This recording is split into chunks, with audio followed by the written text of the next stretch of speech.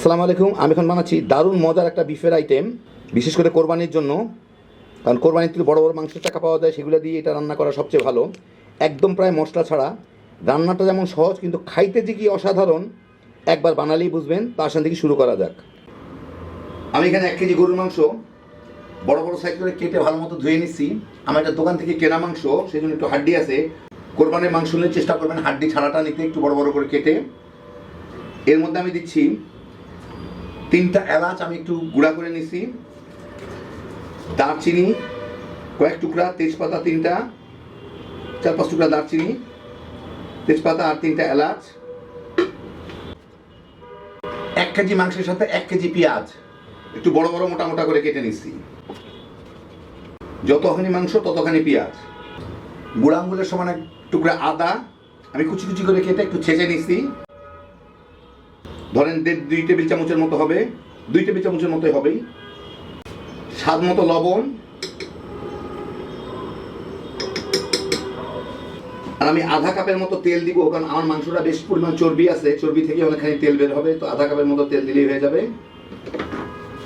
এখন চুলাটাকে জ্বালায়, আমি এটাকে ভালো মতো মিশাই, জাল দিয়ে রান্না করে নিতে হবে। মোটামুটি একটু মিশাই দিলাম। এখন এটাকে ঢেকে জাল দিব। কিছুক্ষণের মধ্যেই মাংসটা পানি ছেড়ে দিবে, পেঁয়াজগুলো গলা শুরু হবে, 2-4 বার নেড়ে দিব। আগে ফুটে উঠুক, তারপরে ভালো মতো একবার মিলাই দিব।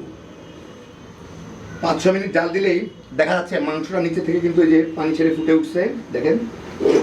এখন আমি এটাকে একটু ভালো মতো মিলাই দিব, পনিচ করে দিব।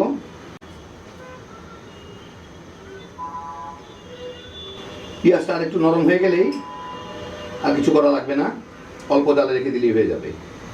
বার 2 উল্টায় পাল্টা দিব, যাতে মাংসটা ভালো মতো পানি ছেড়ে যায়, পেঁয়াজগুলো একটু নরম হয়ে যায়। এখন আমি কিন্তু হাই ফ্লেমেই রান্না করতেছি। আমি প্রথম থেকে কিন্তু হাই ফ্লেমে রান্না করতেছি। আরও 8-10 মিনিট পরে দেখেন মাংসটা পুরো পানি ছেড়ে দিছে, পেঁয়াজগুলো একদম নরম হয়ে গেছে, মানে মাংসের উপরে প্রায় পানি চলে আসছে। এখন আমি এটাকে মিডিয়াম আর লোর মাঝামাঝি আঁচে রেখে এটাকে রান্না করব। একটু পর পরে নেড়ে চেড়ে দিব, পনিচ করে দিব। এই পেঁয়াজের রসে আর মাংসের ছাড়া পানিতেই এটা ইনশাল্লাহ পুরোপুরি যাতে সিদ্ধ হয়ে যায়, আর কিছুর দরকার নেই। কিন্তু আঁচটাকে একদম আমি মিডিয়াম আর লোর মাঝামাঝি নিয়ে রাখবো, আর ঢেকে জাল দিব অবশ্যই। মিডিয়াম আর লোর মাঝামাঝি জালে প্রায় 1.5 ঘন্টা জাল দিলাম। দেখেন এখনো পেঁয়াজগুলো কিন্তু সব গলে গেছে, গলে এটা ঝোলের মতো হয়ে গেছে। মাংসগুলা কিন্তু সিদ্ধ হয়ে গেছে। আমি একটু আগে টিপে দেখছি, আবার আপনাদের দেখাচ্ছি। এই চাপ দিলে একদম গলে গলে যাচ্ছে মাংসগুলা, গরম। যাই হোক, এর মধ্যে আমি এখন ফ্লেভার জন্য কয়টা কাঁচামরিচ, লাল মরিচ দিয়ে দিব। দিয়ে এটাকে ইচ্ছা করলে জাল দিয়ে শুকায় নেওয়া যায়, ইচ্ছা করলে একটু ঝোল ঝোল রাখা যায়। আমার ঝোল ঝোলটাই ভালো লাগতেছে, আমি ঝোল ঝোলটাই রাখবো।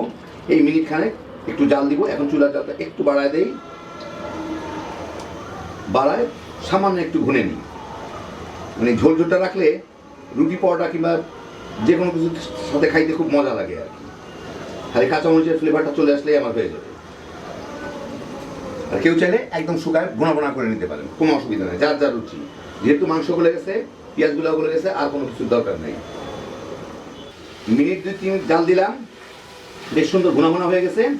এখন আমি চুলাটা বন্ধ করে আপনাদের একটু পরিবেশন করে দেখাই। দেখেন একদম পুরো তেল ছেড়ে দিছে,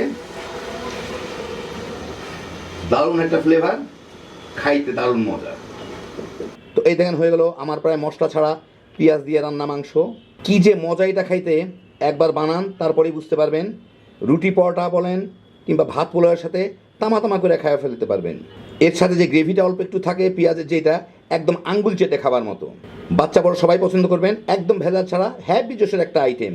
আল্লাহ আপনাদের সবাইকে ভালো রাখুন, সুস্থ রাখুন, নিরাপদে রাখুন। ইনশাআল্লাহ বেঁচে থাকলে আবার দেখা হবে। ফি আমানিল্লাহ।